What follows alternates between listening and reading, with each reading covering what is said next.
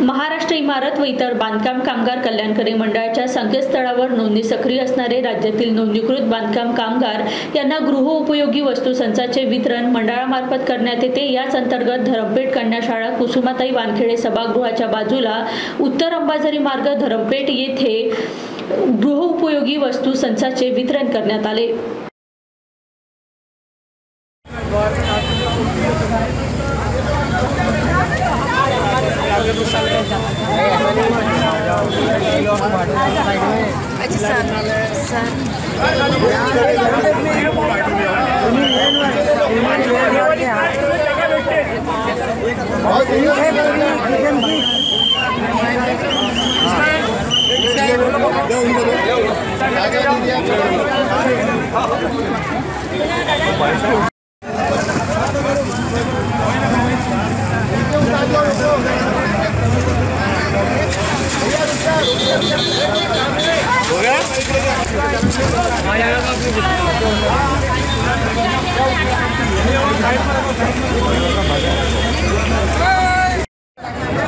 Number सगळ्यांनी घेतला ना।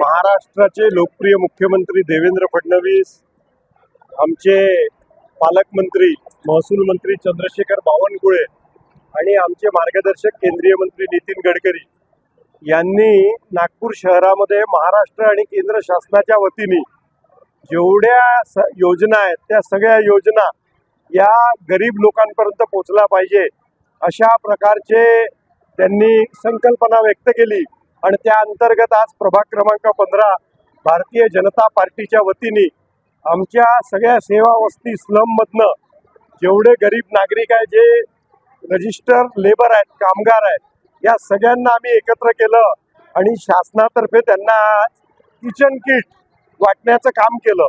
आज सकाळला सांसद अजय संचेती आणि सुधाकर कोहळे पूर्व आमदार यांच्या उपस्थितीमध्ये आम्ही या ठिकाणी शिबिराला प्रारंभ केला।